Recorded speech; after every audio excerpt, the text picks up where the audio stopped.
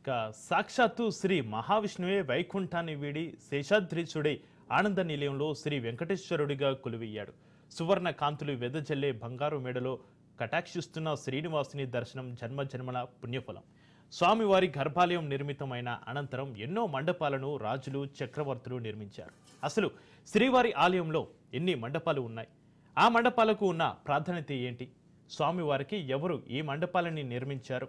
వెంకన్న కొలువైన బంగారు మెడలో మండపాలపై రాజ్ న్యూస్ ప్రత్యేక. శ్రీవారి ఆలయ మహామండపాలు మన పూర్వీకుల అద్భుత కళా నైపుణ్యానికి నిలువుటద్దం. కొన్ని వేల సంవత్సరాల నాటి శిలా స్వరూపాలు మనం చూడాలంటే ఆ దేవదేవుని సన్నిధికి వెళ్లాల్సిందే. యంత్రాలు లేని కాలంలో మహిమాన్విత ఆలయంలో అద్భుతమైన శిలా సంపద ఎలా నిర్మించారనే సందేహం రాకమానదు. అద్భుతమైన శిల్ప కళా నైపుణ్యంతో మహాద్వారం, కృష్ణరాయ మండపం, రంగనాయక మండపం, తిరుమలరాయ మండపం, అద్దాల మండపం, అయనమహల్, ధ్వజస్తంభ మండపం, కళ్యాణ మండపాలు ప్రధానమైనవి. ఇక్కడ ఉన్న పైకప్పు స్తంభాలపై కృష్ణస్వామివారు, లక్ష్మీ నరసింహస్వామి, వరాహస్వామి, శ్రీ వెంకటేశ్వర స్వామి తదితర దేవతామూర్తులు, లక్ష్మీదేవి అమ్మవారి వివిధ రూపాలు, జంతువులు, లతలు, పుష్పాలతో కూడిన శిల్పాలతో నిర్మించారు. ప్రధాన గోపురం లేదా మహాద్వారాన్ని 13వ శతాబ్దంలో నిర్మించినట్లు ఆలయంలోని శాసనాల ద్వారా తెలుస్తోంది. ఇక్కడే గోడపై అనంతల్లవార్లు ఉపయోగించిన గుణపం వేలాడదీయబడి ఉంటుంది. వైపు 16 స్తంభాల మీద మొసలిపై ఉన్న సింహం, దానిపై కూర్చొని స్వారీ చేస్తున్న వీరుల శిల్పాలతో కూడిన ఎత్తైన మండపమే కృష్ణరాయ మండపం.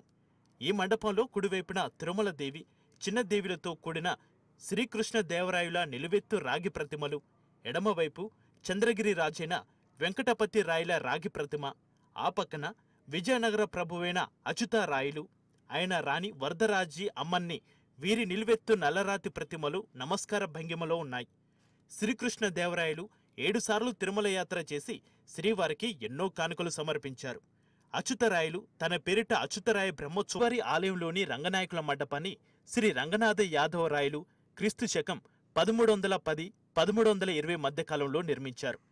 ఈ మండపంలో వివిధ రకాల శిల్పాలతో సుందరంగా మండప నిర్మాణం జరిగింది. క్రీస్తు శకం 1320-1360 మధ్యకాలంలో శ్రీరంగంలోని శ్రీ రంగనాథుని ఉత్సవమూర్తులు ఈ మండపంలో భద్రపరిచారు.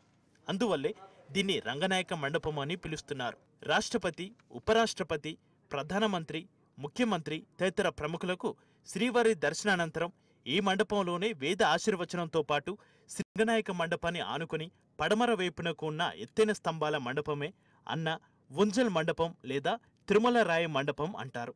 ఈ మండపంలోని వేదిక భాగాన్ని క్రీస్తు శకం 1473లో సాలువ నరసింహరాయలు నిర్మించగా, క్రీస్తు శకం 16వ శతాబ్దంలో సభా ప్రాంగణ మండపాన్ని ఆరవీటి తిరుమల రాయలు నిర్మించాడు.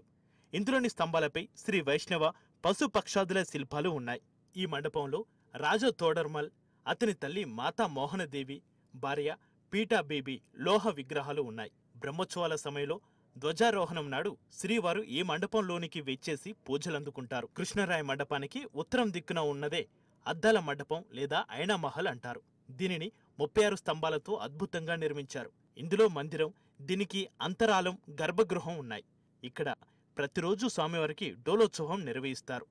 రెండో గోపురమైన వెండి వాకిలిని తాకుతూ ధ్వజస్తంభ మండపాన్ని క్రీస్తు శకం 1470లో విజయనగర చక్రవర్తి సాల్వ నరసింహరాయలు నిర్మించారు.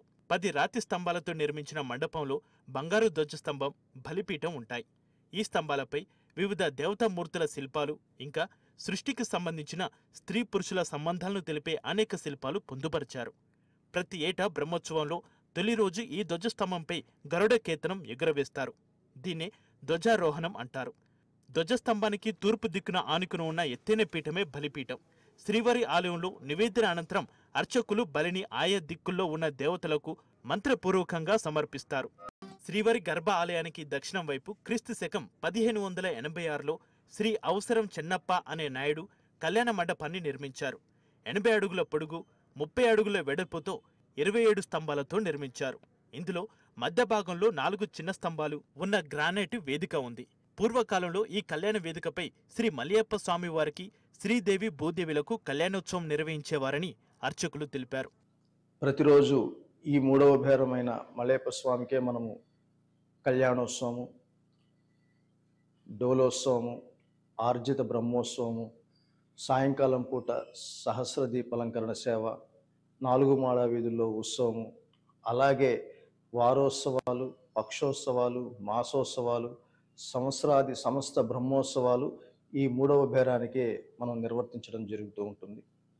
4వ బేరం ఉగ్ర శ్రీనివాసమూర్తి శ్రీదేవి భూదేవి సమేతంగా గర్భాలయంలో మన చేతికి కుడి వైపున ఉంటారు, మనం దర్శనం చేసుకోవచ్చు.